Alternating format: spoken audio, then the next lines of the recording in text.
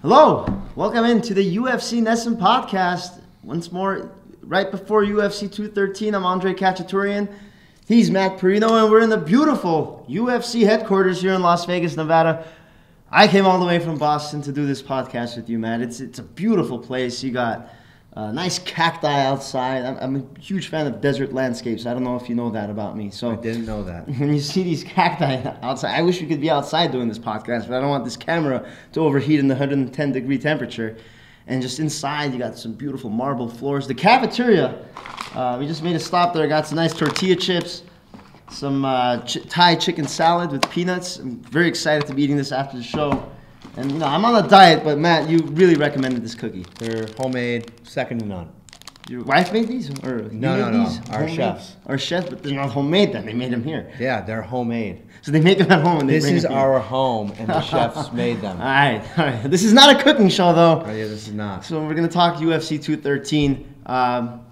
Big fights this weekend. The main card, once again, for the second consecutive year, we have two women highlighting the International Fight Week. So we have Amanda Nunes fighting Valentina Shevchenko for the second time. And, first time these two fought, Nunes kind of dominated the first two rounds. And then the third round, Shevchenko, it seemed like she was kind of getting momentum. And some felt that if the fight was longer, she could have won the fight. Well, this fight will be longer. It'll be 5 rounds. What are your thoughts on that? The Shevchenko having that advantage if the fight goes longer. She is actually favored on OddsShark right now, which kind of surprised me. Mm-hmm. So if that's the big narrative going into this fight, obviously, is this, the changing of the tides after the first 10 minutes into the third round when Valentina Shevchenko started to really take over the fight. What happened was she got taken down in that second round of the first fight and brutalized. I mean, Amanda Nunes was landing big shots, cut her open, and then what happened at the end of that round is Valentina swept her, got on top, ended the round in top position, really confident, came out in the third, stuffed the takedown. It was 15-minute fight, and now we're going to get a 25-minute fight. But guess what? Always important to remember. Think back to December. Ronda Rousey, UFC 207, the return, the hype, and Amanda Nunes came out in that first round and stamped it right out. She has power. She's explosive. Her coach said, in a quote I read earlier this week, she hits like a 155-pound man. Wow. I mean, she just has serious power in both hands. If she gets you on the ground, her submission game is second to none, and she's got that explosive power. And so I think it's going to present problems for Valentina. Yeah, Nunes, 13 of her 14 victories have come via stoppage. Mm-hmm. The only victory, though, that didn't come via stoppage was against Shevchenko. So it's an interesting storyline. And in that first fight, as you mentioned, Nunes, she outstruck Shevchenko 39-28 and had that extra takedown over Shevchenko. Oh, you're moving the mic closer to me now. I was just yelling a minute ago and you pushed it away. And no, I just want to make sure that they're catching everywhere. I think all these are fantastic too, by the way. We got to get these mic holders at Nessun. One thing, these are nice. You know what's not as nice? And I'm a little bit disappointed. I think it was last week I really commented on your beard, how nice it looked. Yeah. And now you're coming in here with this shaggy look, no edged out. I got fresh to death today for you, and I don't know what's going on here. We can't be the Beard Brothers anymore. Listen, the barbers screwed up. I told them number 2, but they gave it number 1. It was a horrifying event. I'll work my way through it. But let's get back to this fight now. But Shevchenko and Nunes, how do you see this fight playing out? It was a long time since the first time these two fought. I'm sure Nunes is going to make some. Both fighters will make adjustments. What do you see happening in this fight? I'm a big fan of Valentina Shevchenko's mindset, like her approach to the fight game. You watch her on Embedded. You watch her in the Countdown series, all the different videos that she's put together on her social media platforms. She lives and breathes fighting. She is just a warrior. She's out there, she says when she's done training, when she's done fighting, she likes to go to the shooting range just to keep her mind focused. You know what I mean? She's just so calculated. That loss eats at her. And if you go back to that moment in time, that was her second fight in the UFC. I mean, she was a seasoned MMA veteran at that point when she came into the UFC. But big pay-per-view, UFC 196, Conor versus Nate won. Diaz, yeah. And so that's a big event. Yeah. I mean, it's one of the biggest in the company's history, and all the eyes were on her as the pay-per-view started. You take that into account, and the way that first round played out, she looked like she was a little tentative, like she wanted to kind of, have the fight come to her. But the problem with Amanda Nunes is you got to be on your game, especially early in the fight, because that's when she's the most dangerous. And so I think this time around, she's training for a 5-round fight. And Amanda Nunes said that she better be, because she's training also for a 5-round fight. For as many people that give her, some, downgrade her performance in the first one because of that 3rd round, she said, I was only preparing for 15 minutes. I gassed out. That won't happen this time. Bottom line, this is a can't-miss fight. It's tough to call. I mean, it's kind of a pick-em. I mean, like you said, Shevchenko's a little bit of a slight favorite, but I can't pick one here. I think it's going to be, this is one of those ones where you tune in because the matchup is so tight that it's like, I got to see who's going to win this fight. And it's going to be, I agree with you, it is very tough to pick. I mean, listening to you in the last 3 or 4 minutes talking about this has literally made me bounce back and forth on my pick. But I'm going to go with Shevchenko. I'm going to go with Shevchenko. I think we're going to have a new champion. Again, her mindset, as you talked about, it's there. It reminds me of Nunes last year, focused fighter. And the longer fight, she's lost once before to the same person. She's hungry. Sometimes that hunger is in a close fight like this is what's going to be the difference maker. And I think if Nunes doesn't finish this one in the first 2 rounds, I think Shevchenko will win via unanimous decision. It'll be a judge. I think it's going the distance. I think there's no way this one ends in via stoppage.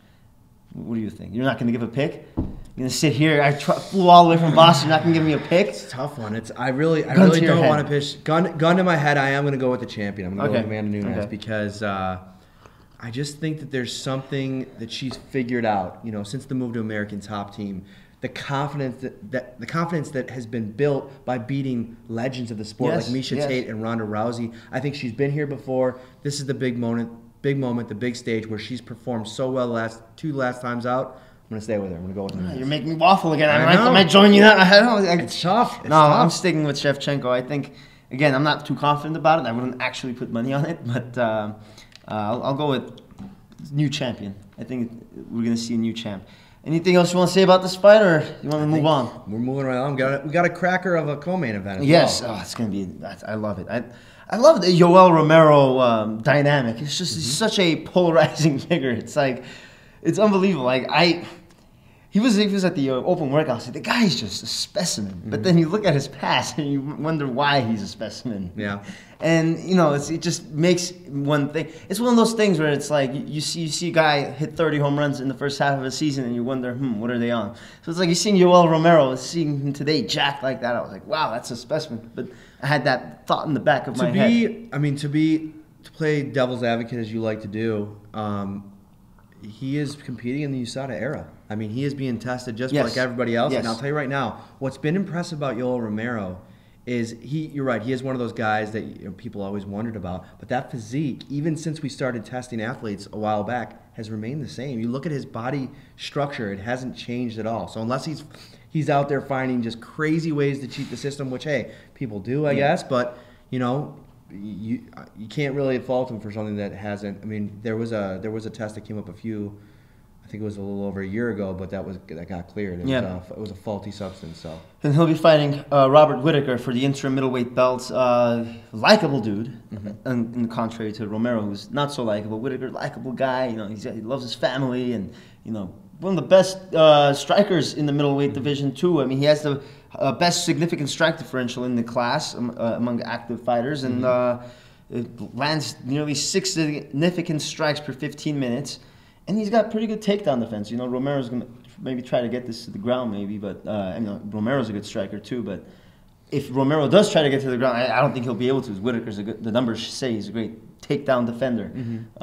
So I think you got 2 strikers here. What do you see in this fight? I think it's I have to say, of everybody, I mean, I'm impressed with a lot of guys, women that compete, but Robert Whitaker is right at the top of my list. I mean, this guy has been. The wins that he has turned in against Derek Brunson and especially Ronaldo Jacare Souza, so impressive. And a guy that came out there, you don't dominate guys like Jacare. You just don't. You don't stuff the takedown. You don't get up off your back when Jacare Souza, one of the most dangerous ground fighters in the sport, has you down. And Robert Whitaker did it with ease. He said in the fight, the problem when people face Jacare is that when they get to the ground, when they get in the bad positions, they forget the basics, just the fundamentals of jiu-jitsu. And what he did is he stayed calm, he remembered, and he's a tactical fighter. He's focusing on Romero. His coach said Romero is a very unique guy to prepare for because he has the striking, and then the wrestling is the best in the division. I mean, he's an Olympic caliber wrestler. So it's impossible to prepare for him. So what Robert Whitaker's doing instead is he's concentrating on what makes Robert Whitaker great.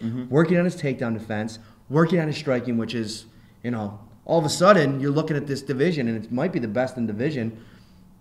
It's a great matchup. I mean, we're all winning. And here's another thing that I think is a big point of this fight.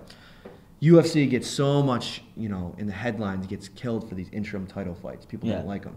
This is an instance where you can't complain about it because what it's doing is it's turning a can't-miss co-main event from a 3-rounder into a 5-rounder. And we're going to get 25 minutes of Romero versus Whitaker. We are going to find out after this fight who truly is the #1 contender in this division. There's going to be no question about it. And then hopefully, we're going to talk in a minute, fight the champ, Michael Bisping. Yeah, we will get to that very shortly. Got to give a prediction. Here's one prediction I'm very confident about, is that this fight is not going the distance. Someone's going to finish this fight. Just look at, Whitaker's finished 4 of his last 7 wins have been via knockout. He's a knockout artist. He's a great striker. And Romero, of course, you know, he's been doing the same. So it's gonna be a brawl, I think. I don't see it going distance, and I think Whitaker. I want to say Whitaker, but I feel like I'm being biased because I like the guy. I'm not a big Romero guy. But I like Romero too. I think he's like the villain. I don't know. I don't have a prediction yet. It's interesting that you bring this up about Romero because I think personality-wise, he actually does have a really likable personality. He's kind of like a big teddy bear. I mean, every time I see him in videos, I'm like, wow, this guy's real jovial. Like Now, listen, I will say, it was weird when he beat Weidman and he jumped over the cage and he marched around the cage, kind of like as like doing like a march and like the salute. Yeah, he was doing that today in the workouts. It was a little bit weird, right? But you know what? He's from a different culture. You know what I mean? That's just how he celebrates. I'm not going to really get down on him. I'm fine with the celebration. I think Romero, I don't think he's his pole. I think we just need a wider lens into his life because I think that when I look at him and when I see the video that I do, here's an interesting thing. He hasn't fought a ton in the last 2 years. You think about it, he hasn't really been in that limelight. He beat Tim Kennedy, then he was out for a while, then he had that fight with Weidman where it was kind of a understated fight because he was on that supercard in New York City. So I think now the lens is kind of slowly opening on him, and let's reserve judgment. I think I like some things about Yoel Romero, and I think that like he's a great fighter. Stylistically, you're looking for a pick. It's interesting because I think this fight is going to start standing, and I think Yoel's going to have a lot of trouble with Whitaker's speed. He used to fight at 175 pounds, so 185. You know, he's fast for this division, right. So he's going to. Jacare struggled with that as well, but I think you could get yourself into trouble if you're Yoel Romero if you're having trouble on the feet and you start to desperation shoot takedowns in this fight. So I think the first round is going to be a very good indicator on how this one's going to play out. But the further this one goes along, because of the grinding style of Romero, where he's able to make this thing dirty, which I don't necessarily, I'm not discounting Whitaker, but that's Yoel's strength. Yes. I think it favors Yoel. But I'm going with Robert Whitaker. I'm going to go with Whitaker too. And again, the same reason why you said it. Like, I like his takedown defense. The numbers show that he's good at that. And I think if he keeps it up, and I think he will, 3rd round, Whitaker, that's what I'm going for. Knockout. And, you know, the winner of this fight is going to fight Michael Bisping. We talked about Bisping earlier, so. I'm going to go Whitaker by decision. I'm gonna go a little bit different from you. I think neither of these. I think there's so much on the line. Going all the way, huh? I think that there's so much on the line. I think that they're both warriors, and I think that Yoel Romero is so tough that I think this one's going to go the distance. Okay. All right, so the winner of the Romero-Whitaker fight, they will. It's confirmed now that they will for sure fight Michael Bisping, the middleweight champion, once he's back from his injury. That seems to be the plan according to UFC President Dana White. Yes, and Bisping spoke with NESN.com's Rachel Holt earlier today, and he said that that's the plan. He wants to fight them, and either Romero or Whitaker, whoever the winner is. But he still said he wants that GSP fight. They had the press conference for it, he said, and he said that the money that he'll make from that fight is just too much to turn down. So he's being he wants that money fight, Bisping does. So what do you think the chances that this fight ever happens though this year? Because GSP, yeah, he just hasn't fought in a long time, and I don't know. They had the press conference. People thought it was going to happen, but so obviously I work for the UFC, UFC.com, and there's this sentiment that I'm going to kind of say the company line here, but this is something that I really truly believe. Dana White always says that if you start to think about the idea of retirement, it's the beginning of the end for you. And GSP was thinking about that 3 years ago. He hasn't competed. He announces this big comeback, takes the fight with Bisping, who seemed like an odd choice to go up to 185 pounds when he was a 170er. And before that was talking about potentially even going down to 155 to face Conor McGregor. So you come back, make this big announcement, and then you're going to fight Michael Bisping at 185, and then you're like, it's March, and you say you're going to fight later this year, and that just keeps getting delayed and delayed and delayed. So you got to wonder. I agree with Dana. Does GSP want to fight? Bisping can't fight right now, regardless. He was injured.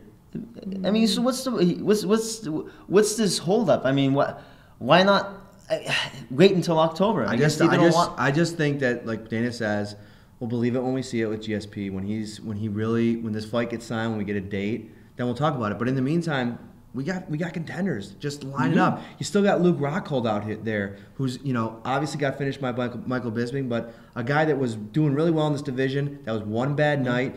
He's a win away from getting right back in the mix. You always got Chris Weidman out there, Gegard Mousasi. It's a division filled with contenders. I love the middleweight division. I mean, I agree. But once you throw GSP in the mix too, you can't just ignore him. I mean, it's just, and it's funny. Bisping, it just appears to me that you can only stay champion for so long, and he has that in the back of his head, and he probably knows that if he's not a champion, he's not getting that GSP fight. Right.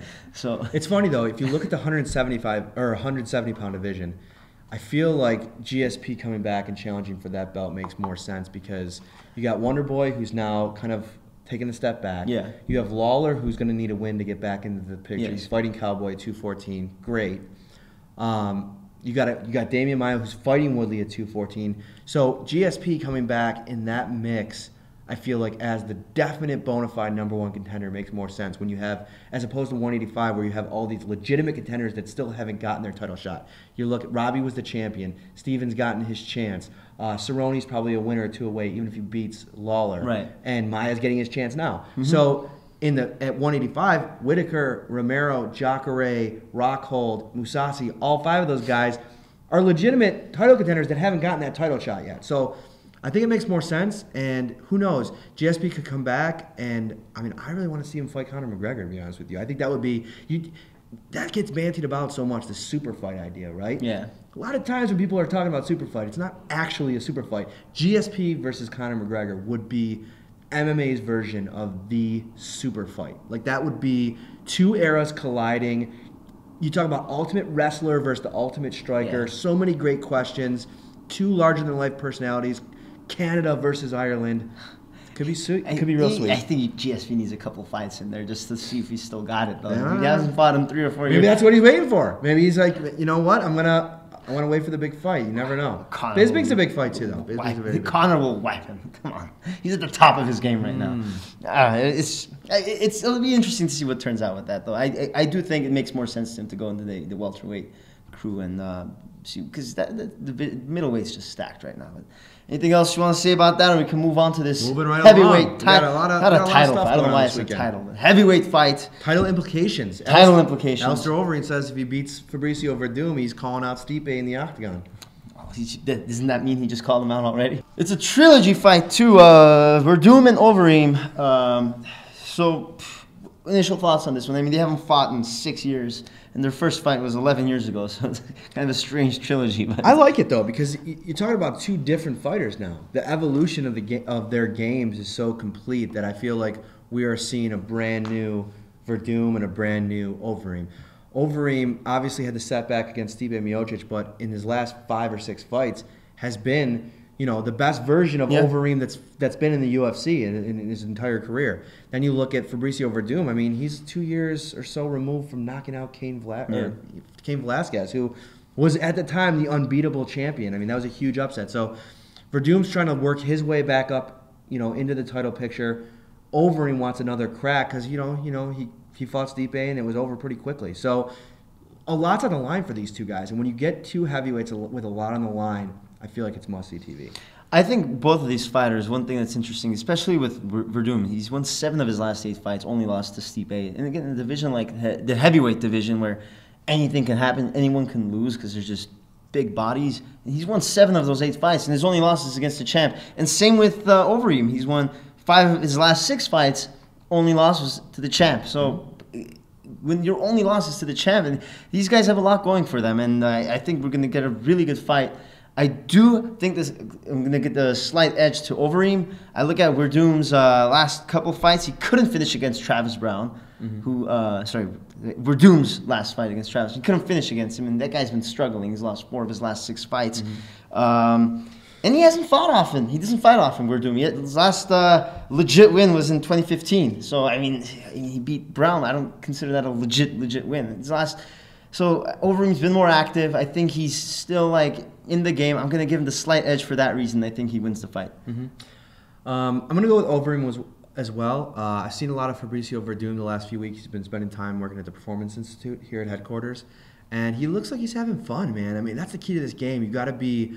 You said Overeem? No, Verdum. Okay. But I'm still going with Overeem. Okay. Because I think Overeem's game has looked so impressive since his move down to Jackson Winklejohn. He's so much more of a strategic fighter. You look at early on in his career, when he was competing in K1 Pride, he was that knockout heavyweight kickboxer, this guy that anything could happen at every moment because he had that kind of style. Now he's very strategic. He likes to, sit on the outside, make his opponents come to him. And I think against Verdum, that style could frustrate Fabricio, who might end up, we saw him against Travis Brown, I think it was even, where he was kind of trying to goad him into, going to his back and getting Travis to come down to the mat. Overeem's going to be too smart for that. And I think his takedown defense, years and years and years of practice is pretty solid. So I like Overeem's chances. Oh, looks like it's a clean sweep. We agree on everything. Well, except the beard. Yeah, you don't like my. Well, we didn't agree on Nunes Shevchenko either. That's true, but you forced me. Yeah, well. All right, there's a lot of fights on these cards. There's a full card on Friday as well. Any other fights that you're looking at that others might not be really looking at? So for me, the fight of the weekend, for me personally, is Mark Diakiese versus Drakkar Klose. It's going down on Friday night, Ultimate Fighter finale.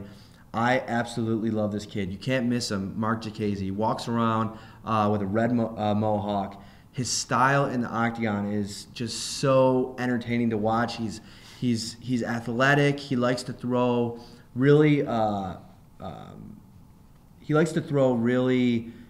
chancy techniques. I mean, stuff that could get him into trouble, especially against a guy like Klose, who's a wrestler. So this matchup is very interesting. If you go back and watch Diakiese's last performance, he was fighting in London. He had a first-round knockout where he just slept Teemu Packalén in the first round with just a titanic overhand right. And for 155 pounds, Conor McGregor, you think of, these guys that have one-punch go-to-sleep power are can't miss at this weight class. So this is a guy that's kind of slowly rising. He's got a nice attitude to him. I like the whole package. I think he's on the main card, FS1. It's free. Check him out. He got an excellent main event. The debuting Justin Gaethje versus Michael Johnson, one of the best at 155 pounds.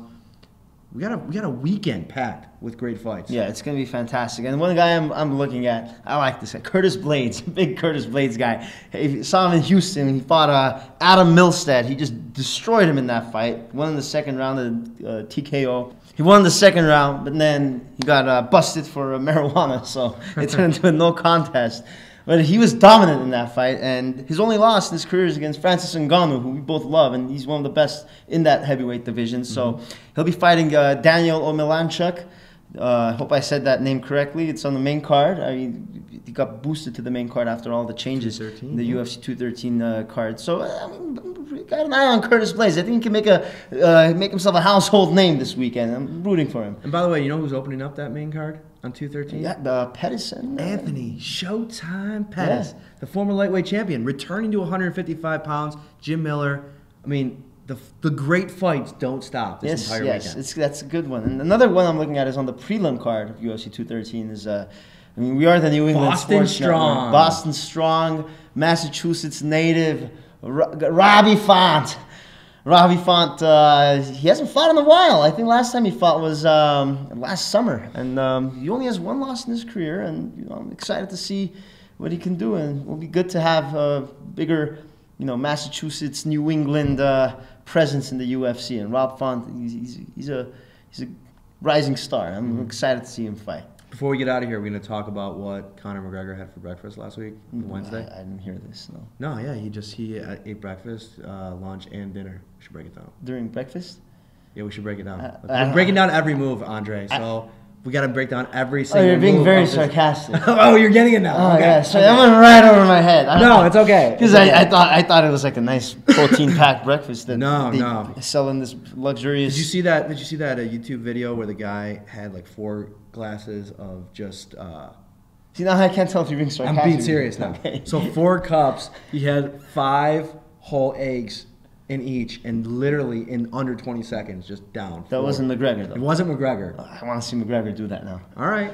Let's see what we can do. There's a world tour coming up. You never know. Well, we should ask him to do it for us. I mean, it's UFC 213 Saturday night, and then, of course, the tough finale Friday night. Great weekend of fighting, International Fight Week, and we'll be back next week to discuss it all. I'm excited. We'll be back and we'll do a little Skype call.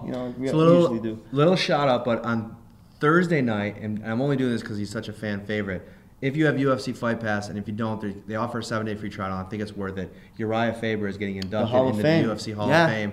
Can't miss. Joseph Benavidez and Cody Garbrandt, which I don't know if I'm allowed to say, so let me redo that.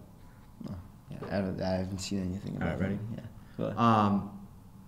Uriah Faber getting inducted into the Hall of Fame, the California kid, one of the pioneers of the lighter weight classes. It's going to be a cool night. Sakuraba from Pride getting inducted. Joe Silva, longtime matchmaker.